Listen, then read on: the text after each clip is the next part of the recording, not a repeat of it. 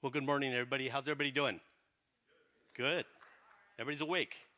So being the first speaker is great because everybody's still awake. By the time you're at the end, nobody's awake. So I'm lucky today. So uh, again, thank you for coming, Quincy students, and hello to the online audience. My name's Alex Ibarra. I'm the state representative for the District 13, which is Grant County, Kittitas County, and North Yakima County.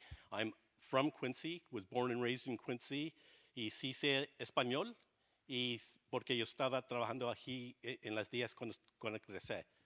And so I just basically said I'm from Quincy, worked in the fields of Quincy many years ago, and where there was only Mexicans here. There was no other folks here, and we were farm workers. My family was migrant farm workers, and their parents didn't go to school, and so there was nobody that went to college. No Mexicans ever went to college when I was growing up here in Quincy.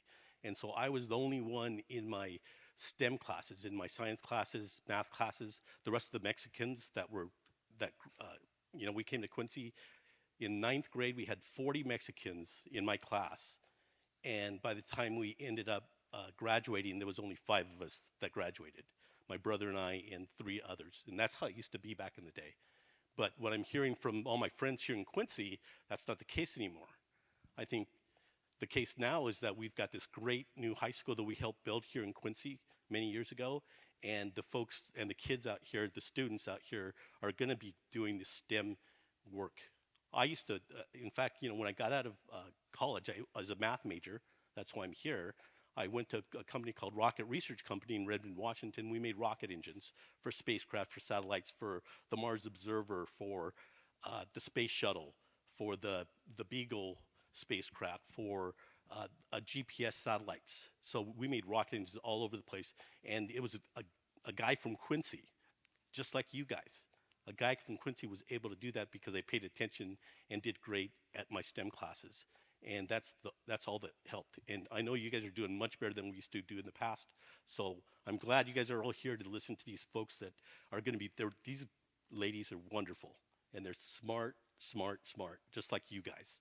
All you have to do is try.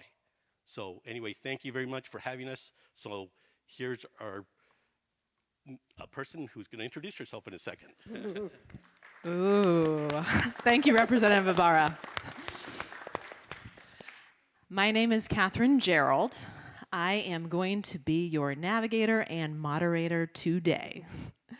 And today our mission is simple. Most girls decide what they can and cannot do in terms of their career by the age of 4. Today, we are going to change that. We are going to open your eyes to a few opportunities that you may never have thought of and encourage you to think about things that you may not have thought about before. So I've got 3 wonderful colleagues with me today. Nikki Malcom of PNAA, Pacific Northwest Aerospace Alliance. She's CEO there. We've got Priyansha Bagaria. Yes, it took me 3 times to get that right. Did I do it right? Priyansha began an amazing firm about 2 or 3 years ago called Looper AI. It is essentially the Chat GPT of manufacturing with a lot of aerospace work involved. And finally, we've got Chelsea Olson. She's with a really cool up-and-coming company called Stoke Space. They make reusable rockets. So each of them is going to give you a short glimpse into what they do, how they got where they are today, and then we are going to go ahead and pepper them with questions that I think would be interesting to your audience. So that you know that you are in good hands, I will tell you a little bit about myself. Again, my name is Katherine Jerald. I live in Manson, Washington. I've got 2 children in Manson schools. Please don't hold it against me. And my college colors were green and gold, so I'm on your team. Our rivals were also orange and black, Oregon State University. So I created a firm called El Rey Search, and it is a 5-person firm. We work virtually, and we help aerospace and defense companies grow their team and make a real impact on the world by finding the people to work for them. I've also got a podcast called Mission Critical Defense Recruiting, where we invite incredible senior leaders on to tell their stories. And one of the stories that I'm so interested in is the immigrant story. There are amazing CEOs in aerospace and defense that were not born in the US, but came in through being a translator, through refugee status, and have done incredible things. And as we're shaping search strategy, because one of the things I get to do is work with senior leaders to really define what they're looking for in a candidate they want to hire. Representative Ibarra talked about it. Rise. And so what I mean by that is I really encourage you to think about your own rise. Representative Ibarra started as a migrant farm worker family and became a rocket scientist. Jose Hernandez, astronaut, had the same exact story. He applied to NASA and got rejected not once, not twice, but 11 times. And he became an astronaut. So I encourage you all to embrace your story of rise. Only you get to define what that's going to be and where you want it to end. So with that, I will kick it off. Nikki Malcom, PNAA. Thank you so much. Those were amazing. Representative Ibarra, I love hearing your story. I resonate very much with that. So I'm going to start a little earlier in my journey, and I was a sophomore in high school and feeling very, very frustrated. Has anybody in this room ever felt frustrated in high school? Yeah. So I was failing almost all of my classes, and I was having some major learning challenges due to some things that they didn't even know were a thing back when I was in school.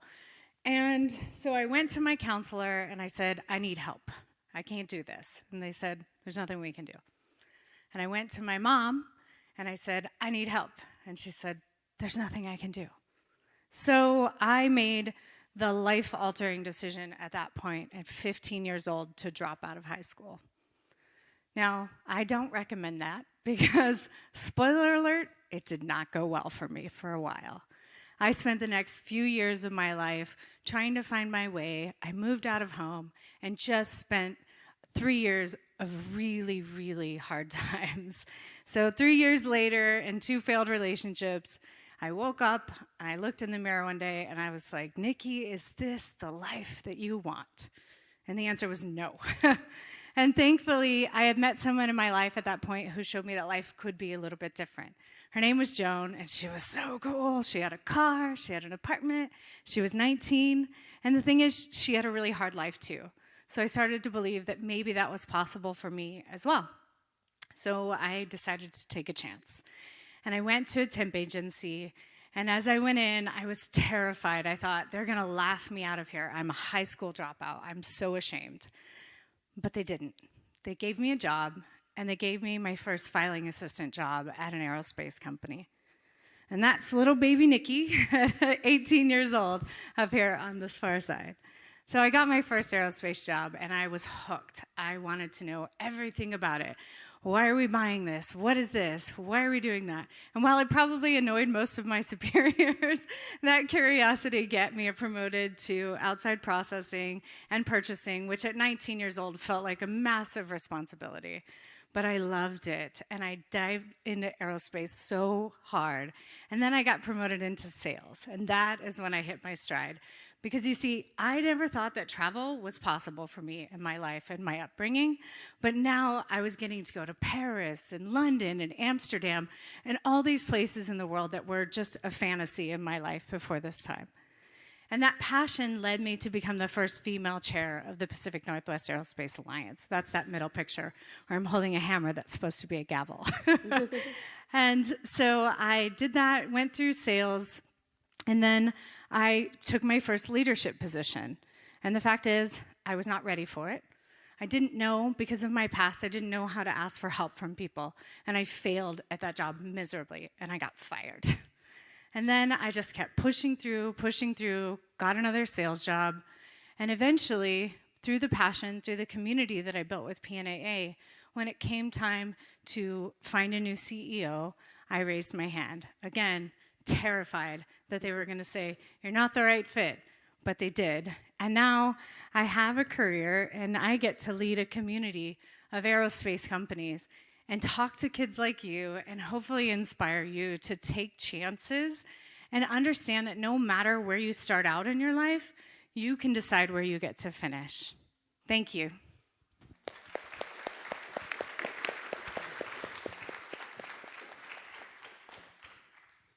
All right, thank you, Nikki. Next up, Priyansha Bagaria of Looper AI. Thank you, Katherine. That was awesome, Nikki. You've set the bars really high. So let's start with my journey. So I come from a very small town in India, on the eastern part of India, where opportunities were very limited. And it was about, finding yourself, dreaming big was not an option for everybody because, limited opportunities, limited exposure.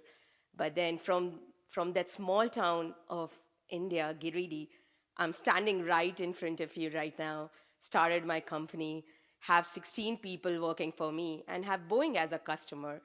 That's at an age of 32. So I'm going to tell you my journey and how all of this has happened. And it's still like a dream, it's still sometimes I cannot believe that, I've come so far along in my journey. But yeah, it's exciting and it's interesting. So let me start from the beginning. My family was into manufacturing of insulation. So as a young kid, I'll walk around on the factory floor, spend time with the operators, learn the art. It used to be fun. They'll have these block of mica. It's an insulating material. And they'll use a knife to peel out layer by layer. To me, that work was so exciting. It was the accuracy, the precision that they were trying to do that work was like phenomenal. I was like, wow, I want to, go become one of those people, operators, and learn that art. That was like, the first starting point. So honestly, any work is not small. Any work, you should go about anything that you learn is going to take you far, far, far along in your journey. And that is something I'm saying with my experience. Because now I'm utilizing all my learning that I did over there to solve a real problem for the operators in aerospace and manufacturing company. And I could relate to it because I've spent all that time with them while growing up. Fast forward, I did computer science engineering, I came back, I worked with my father, and I saw some issues on the quality side. There were a lot of defects that was happening. Being a tech person, I was like, why don't we bring automation? Went around, looked for solution. It would have cost $500,000. I went to my father, and this I'm talking about in 2012. He's like, just go out of the door. Do you think I have $500,000 for you? So that was like, that problem always stayed with me. And I was like, one day, I'm going to find a solution that's going to solve problem for all of these people. And then fast forward, moved to Europe, did my MBA, was working for some of the largest CPG companies. Now, a girl from, India, a small town, moving all the way to Europe, all by herself, figuring out a way how to survive in a new country, in new conditions, and without having any, family around to back you or any support. You need to figure out your own thing on your own. Fast forward, worked there, saw the same problem with in big companies, and then finally moved to US, was part of a data science fellowship, did a data science fellowship from Cornell, and finally, and it doesn't stop there. So while I was done with my fellowship, I had this opportunity with Microsoft, and COVID happened. The opportunity was gone. And now again, life has thrown a lemon on you. You need to figure out what's the next step.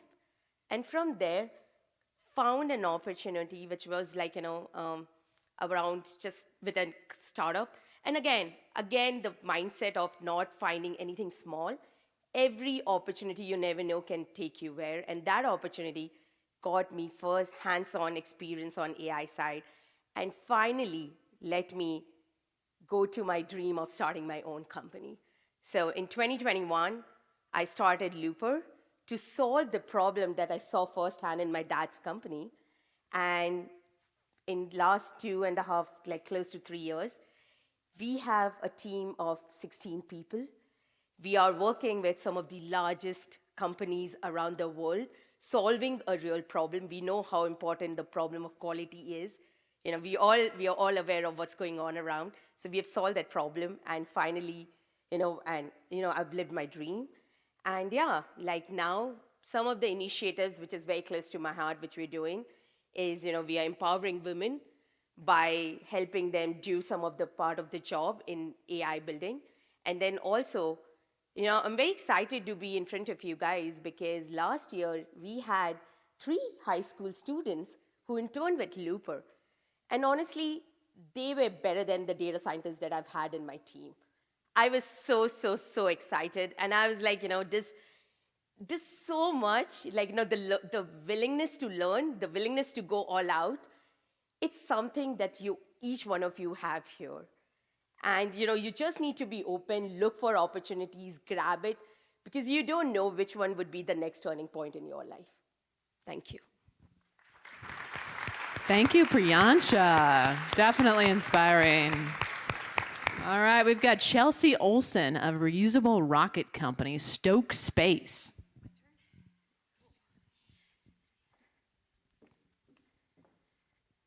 I didn't trip on the carpet. That's an immediate win for me today. So my name is Chelsea Olson, and I am an electrical engineer. I am one of 3 in my family. We could not be more different from each other, and that does play into my story a bit. So I'm not originally from Washington. I'm originally from a city called Huntsville, Alabama. Has anybody heard of it?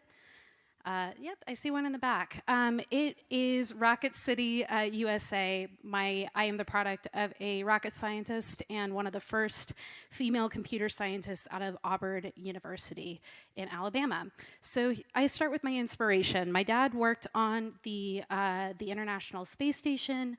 I grew up around the space shuttle. I always wanted to pilot the space shuttle, and I got to meet astronauts as a kid. And I realized very privileged background, and I was one of those kids who at the age of 4 knew exactly what I wanted to do.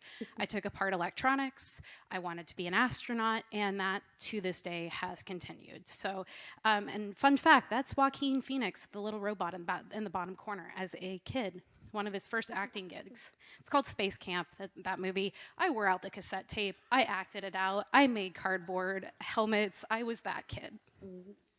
And, I've learned to embrace the being different and being quirky throughout my career, and it is something that I continue to bring forward and be a little different. Remove before flight bow in my hair right now. You can look however you want to be and be an engineer or be a scientist, so I'm kind of a walking embodiment of that. My education. I always found math to be a little bit hard. My dad is dyslexic. I think I've inherited a little bit of that myself. So it was always a story of persistence. And I ended up graduating as valedictorian at my high school. And with that came a lot of opportunities to hop straight into industry as a high school student. And I'm very thankful for that. I have my bachelor's and my master's in electrical engineering and 2 years of my PhD in electrical engineering at the University of Washington as well. So that's my dad on the far right there, and that is me in the middle after an internship graduating with my bachelor's, wearing a tassel that is made out of fiber optic cable from a bunch of the folks that I worked with. Mm-hmm. So got to walk down the aisle at Husky Stadium with that one. It was really special. As part of high school, the Museum of Flight was my reconnection with the aerospace industry, and it has really been a formidable force in my life. I'm currently serving as the youngest trustee at the on the board of trustees at the museum, so that's a huge accomplishment for me, and I'm glad they took a risk on me. And I get to help kids like you get more access to the programs that benefited me and gave me the opportunities, and that I've had, and that's really important to me. So just a couple pictures of baby Chelsea being very, very awkward, and Washington Aerospace Scholars. My career, I started off at Blue Origin when I was a high school student. Then I went to Boeing. I worked at Boeing for 7 years while I was in college. I had a very amazing set of mentors and an amazing manager who allowed me to do professional work while going to school. And I don't think I would have had the same luck had I not had that support structure. I worked defense, so that's me supporting the P-8 in the bottom right corner and some of the other airplanes that I've worked on. The tanker, the AWACS, and the P-8 Poseidon. So naturally Boeing, flying things. I love all things that fly. And as of Saturday, I am a pilot officially. I've gotten my certification. Thank you. And I'm gonna continue with that. But I want to bring aviation and flight experiences to folks like you and show how anybody who loves flight can be a pilot and figure out a way to make that happen. So yeah, there's flying. And then the last thing is a little bit of what I do as an electrical engineer. This is my last role at Primaire and at Amazon. These are circuit boards that I've worked on and different drones that I've worked on. And since the end of January, I've moved on to Stoke Space. So I'm a newbie at Stoke Space, a rocket scientist in training. And I can't wait to see what I do in developing avionics, which is the flight computers and the brains of the rocket. We call it the central nervous system of the rocket.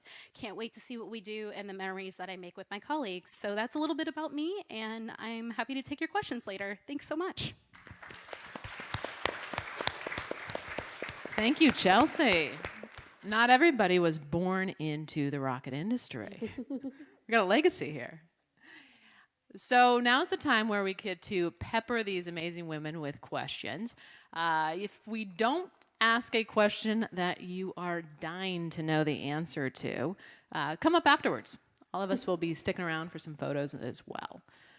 So I'll kick things off with the obvious. There are 3 women here, and the aerospace field is not exactly a level playing field when it comes to gender diversity. Have you been the only woman in the room? And what does it feel like? I'll let Priyansha kick that one off. Are you mic'd up? I think you are. I think so. Yeah, great.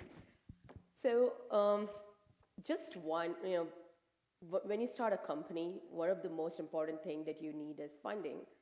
And raising funds in this environment, like 2% of the fund that there's just 2% that goes in women-led companies. And that's the number we are looking at as of today. It's just 2%. And imagine you're fighting among that 2% to get that money. So yes, the world is not fair and it's not the best place, but you will end up finding one man in that room who'll trust and he'll be like, I believe in what you're doing and I'm gonna go support you and I'll be there to, be by your side to let you live your dream. And that has happened. And I've found that one mentor who supported me very early on in my journey. But yes, it's definitely not the fair world. I'm going to dive deeper. You tell me if I'm going too far. You are a woman of color. English is not your first language. What's it like giving a pitch, knowing there's 2% for women, and then on top of that, not having it be your first language and being a woman of color? It is, I have been fortunate enough that I would say the color has not been a big problem in my case. Of course, it is a factor somewhere, but the challenge that I've seen, first of all, is being a woman in the room. That has been a harder problem. Yes, the challenge around women of color is that, when I moved to US, I didn't have any godfather. I didn't have anybody to even look up to help me in my journey. I had to figure out everything on my own, from finding the first investor to finding the first customer to finding even the first talent. Why will you even come work for me?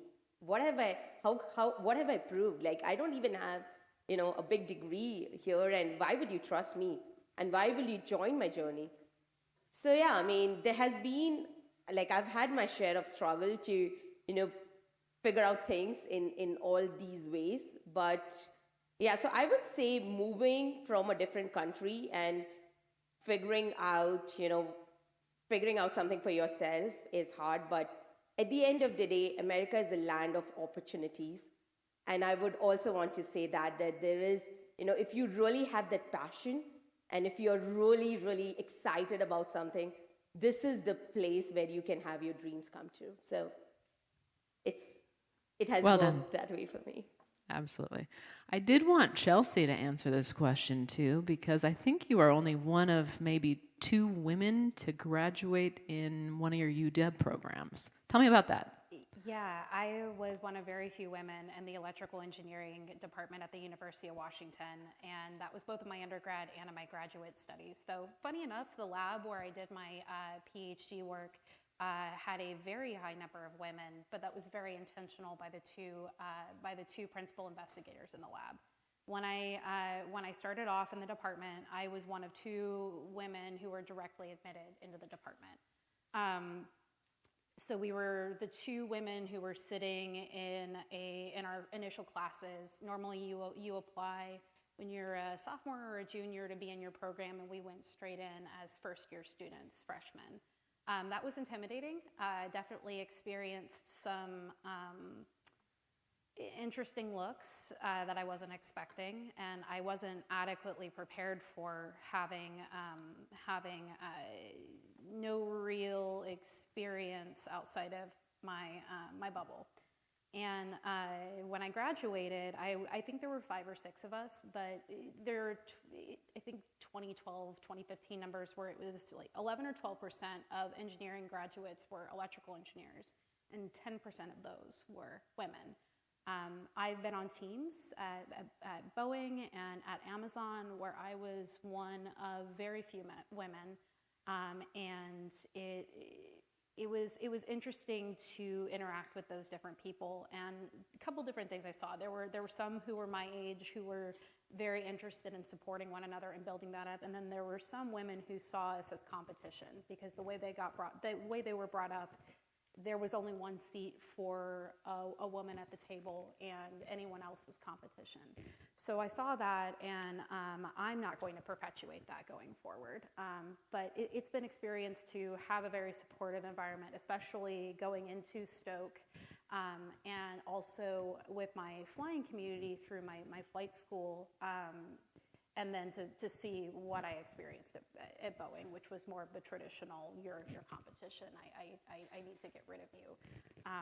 And it's just maybe double down on wanting to build inclusive spaces, not only for women, but for non-binary and BIPOC colleagues of mine. So mean girls exist after high school. Yeah, they do. Well, here's to not being one. Thank you. Let's talk about resources. We talked about RISE, and not everybody that comes into aerospace was playing golf at country clubs or going to Ivy League schools. I know, Nikki, you've got an interesting story about how you obtained your bachelor's degree. I guess, what advice, and even from your own experience, what do you do when you don't have a lot of resources, or maybe you're just broke, family doesn't have a lot of money. What do you do when you don't have the money to pay for school but have dreams of joining this industry? Great question. Because of my upbringing, I have always been scrappy and have found a way. But, when it came to resources, I didn't go back to college until I was in my 30s. Until I realized that I'd hit the peak of where I was going to be able to get in my career. If you hold it, you're fine. The peak of where I was going to be able to get in my career with the limited education that I had. So I went back to school. But one of the things that I always like to encourage young people, and especially if you're in a place where your family doesn't have the money to pay for college, aerospace companies pay for college almost exclusively. So I went and found a company that would pay for my college education and went back and got my bachelor's degree in business management, which I was the first in my family to go to college. So it was a really big deal for me. So, one, be scrappy always. Find a way. If you can't see one, try to make one. And really try to find companies that have those kind of resources for you. And if you show that intense curiosity and interest and passion for the industry or for what you do, you'll find a way. I got my master's through that very type of a program where, remember I mentioned I was one of three, all three of us wanted to go to school, so there was a limited amount of resources my parents had to send me to school. So I took out student loans, which I would not recommend to people. Figuring out a way to do whatever you want to do debt-free is what I advocate, but I took out student loans. I worked during school, and then I did my advanced degrees through Boeing's Learning Together program. So I looked for a company and stuck around for those benefits. There are lots of them out there, but scholarships, being scrappy, meeting people, asking questions. For flight scholarships, surprisingly, TikTok has been a great resource. Yeah, just getting scrappy, and especially those companies who have the ability, especially for tradespeople to go and do school as well while you're working. Those are great options.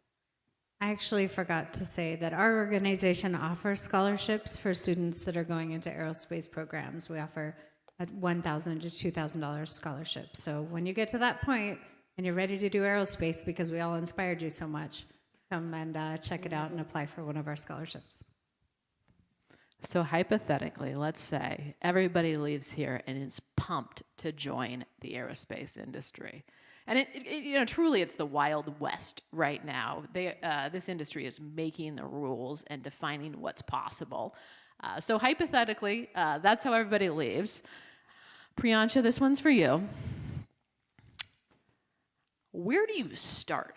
There are so many aspects to the industry. How do you find out what part is truly exciting to you? And I think about my own 13-year-old daughter, and I came back from Huntsville, Rocket City, on a client tour, and I came back with dehydrated ice cream.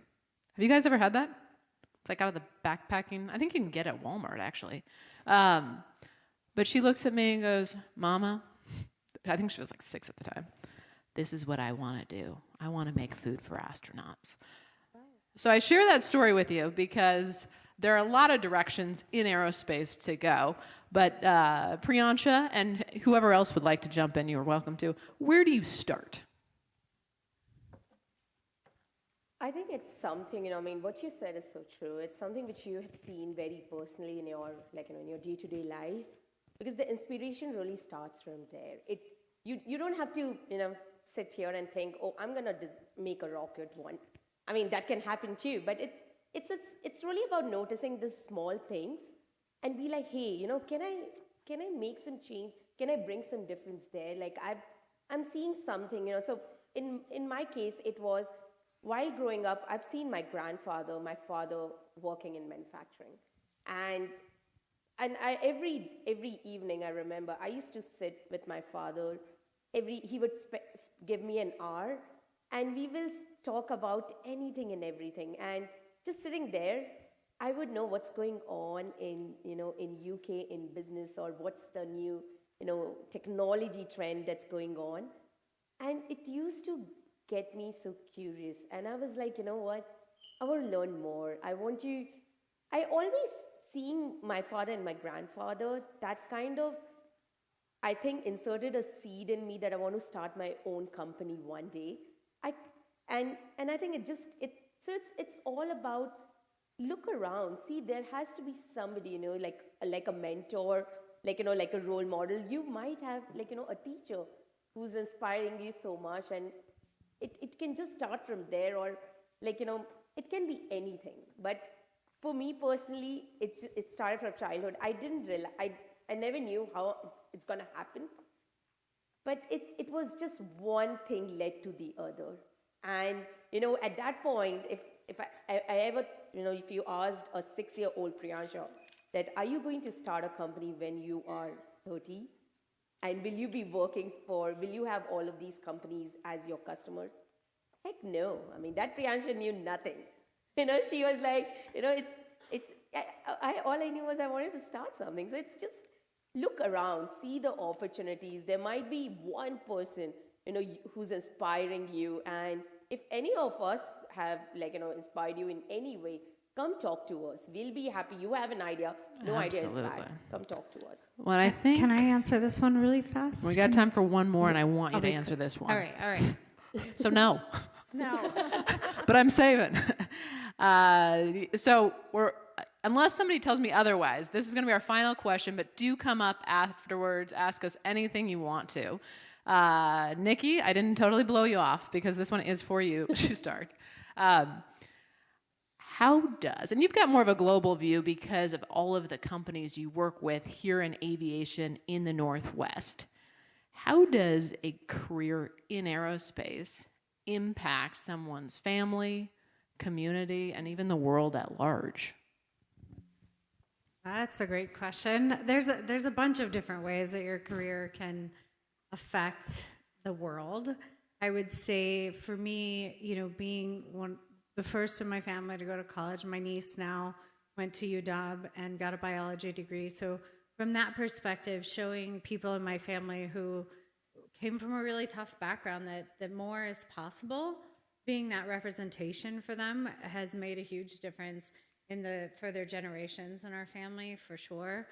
Being able to be a woman that's a CEO and go out and talk to other women and girls and boys and all of that is huge. It's a big deal to me.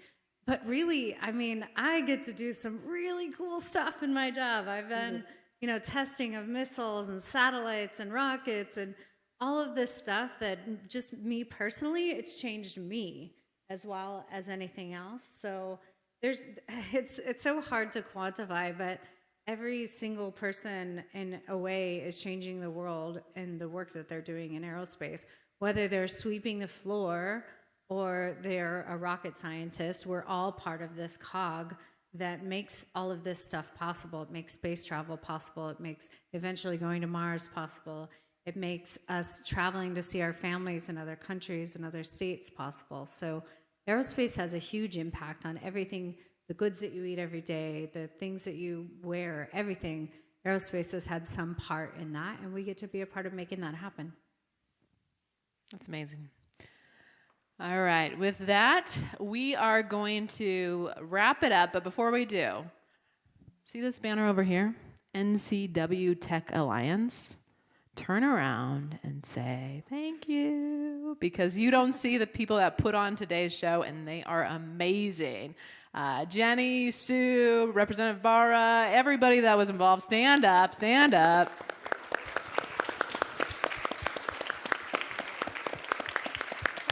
Thank you so much for making today's event happen. On behalf of the panelists and myself, we had such a great time today. Do come up, take a picture with us, and let us know how we can help you. Thanks, guys.